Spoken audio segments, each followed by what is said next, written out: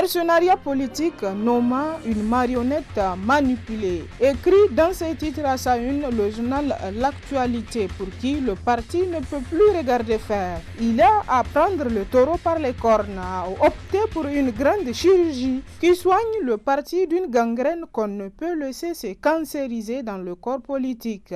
S'il a, connaissant bien le jeu malsain de certains, laissé faire, c'est qu'il a pensé que lorsque les orpailleurs politiques se seraient rendus compte du caractère infructueux de leur archéologie, ils pourraient revenir à de meilleurs sentiments, car ce n'est pas eux que les humanistes aiment, mais Hama Amadou dans le combat de la dignité qui est le leur aujourd'hui. Écrit à sa une L'actualité. Le journal poursuit dans ses colonnes qu'il est temps de parler, de crever l'abcès, de révéler à l'opinion tout le complot ourdi de l'intérieur par des hommes que l'on croit acheter pour saboter le parti et mettre en difficulté un candidat qui dérange. Ceux qui s'agitent à arracher le parti savent qu'ils n'ont aucune envergure pouvant leur permettre de prétendre reprendre et gouverner le parti. Écrit toujours le confrère, pour qui le modèle Falouman Africa n'est ni un royaume sur lequel peut trôner le prince Noma pour décider seul de ce que devra faire le parti, fût-il un président intérimaire, ni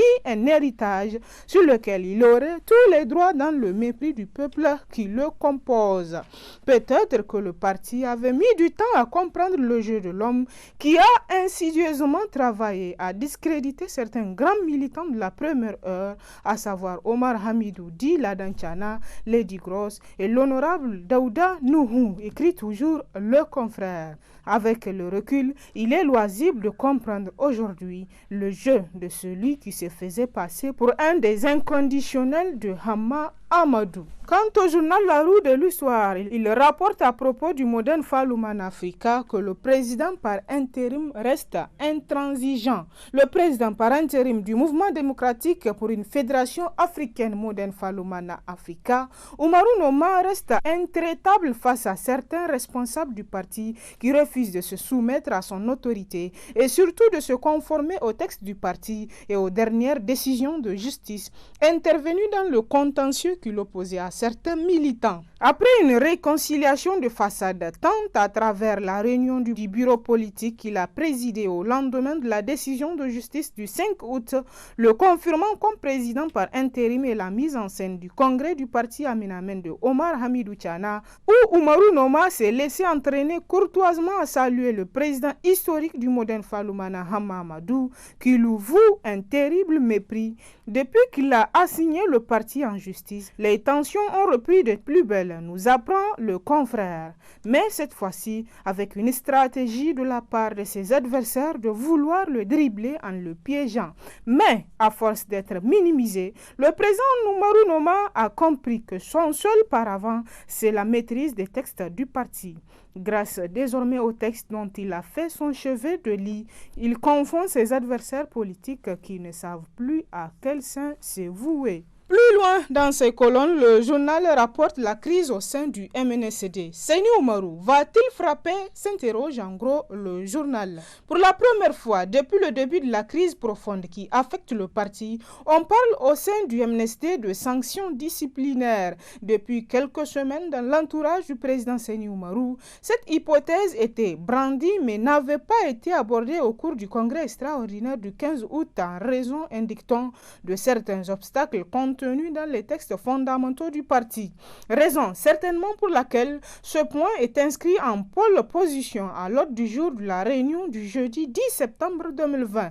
Il faut donc, selon le confrère, s'attendre à des sanctions dans les rangs du MNSD à l'issue de la réunion du jeudi 10 septembre 2020. Toutefois, précise le journal, Seyni Oumarou a encore quelques équations à résoudre au niveau des membres du bureau politique national, dont beaucoup ne sont pas encore totalement acquis pour sa cause. Les sections de Maradi, de Zender et de Tawa, qui ont récemment déclaré lui avoir retiré leur confiance, constituent des obstacles sérieux à surmonter, sans compter, selon le journal, la section à triple tête de Difa et la section de Niamey où il compte de nombreuses oppositions. Dans tous les cas, estime le journal, la réunion du jeudi 10 septembre 2020 du bureau politique du MNSD Nassara s'annonce houleuse. Seyni Oumarou aura à déployer tout son tact pour sauver le parti d'un énième schisme ou exacerber les tensions avec les risques d'éclatement à la veille des échéances électorales de 2020 et 2021.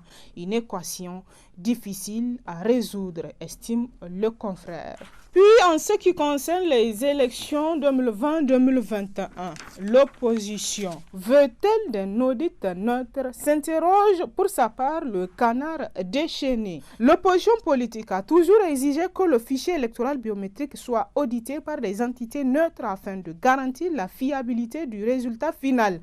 Ce qui suppose, bien évidemment, selon le confrère, que le processus d'audit soit mené par des structures internationales qui jouissent d'une crédibilité et qui ne peuvent être accusés de soutenir un camp politique au détriment de l'autre. L'opposition a de toute évidence trompé l'opinion publique et internationale en exigeant que ses représentants participent à l'audit du fichier, écrit le confrère, pour qui c'est une incongruité de taille car cela suppose que les partis de la majorité de l'opposition et des non-affiliés continuent de s'entre-déchirer à propos du dit fichier avec pour conséquence de perturber un processus électoral qui est déjà bien parti. La question que l'on doit se poser selon le confrère est celle-ci. Que cherche l'opposition politique nigérienne? Est-elle réellement prête à aller aux compétitions électorales à venir?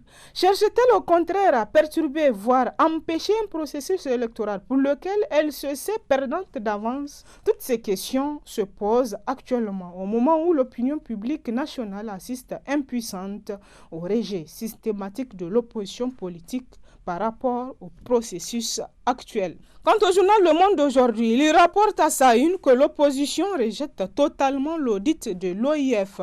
Il faut rappeler selon le journal que c'est par lettre du président de la CENI adressée au chef de file de l'opposition le 24 août 2020 que la CAP 2020-2021 a été invitée à désigner 2 experts pour prendre part aux travaux et actions du comité.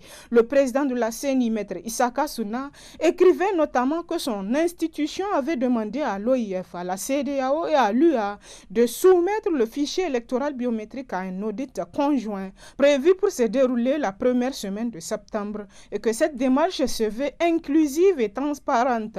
Une mission composée d'experts qui examinera le fichier électoral biométrique et veillera à ce que les éventuelles anomalies pouvant exister soient identifiées et corrigées. Voilà pour les intentions. Dans les faits, les experts des partis politiques sont considérés comme des simples observateurs dans le comité ad hoc présidé par le vice-président de la CENI et non moins militant du PNDS Taraya Aladoua Amada et où siègent 7 autres représentants de la CENI dont Oumarou Malam, Atahir Mahamad, Oumarou Seidi, Ousmane Ly, Issoufou Boubacar, tous militants du PNDS Taraya, ainsi que Moubamba et Ismaël Dere au titre de Gemalto, l'opérateur technique. Puis, en ce qui concerne la coalition CAP 2020-2021, la roue de l'histoire écrit en gros à sa une, le jeu trouble et ambigu de l'opposition. Plus les échéances électorales de 2020-2021 s'approchent, plus les partis politiques de l'opposition, qui ne se sont visiblement pas préparés à affronter les urnes, s'organisent. Après avoir essayé plusieurs regroupements politiques qui ont volé en éclats, les 4 fronts de l'opposition politique, à savoir le FRDDR, le FOI, le FP et le FDR, qui agissaient depuis quelques mois en synergie, viennent de formaliser une coalition dénommée Coalition pour l'alternance démocratique CAP 2020-2021.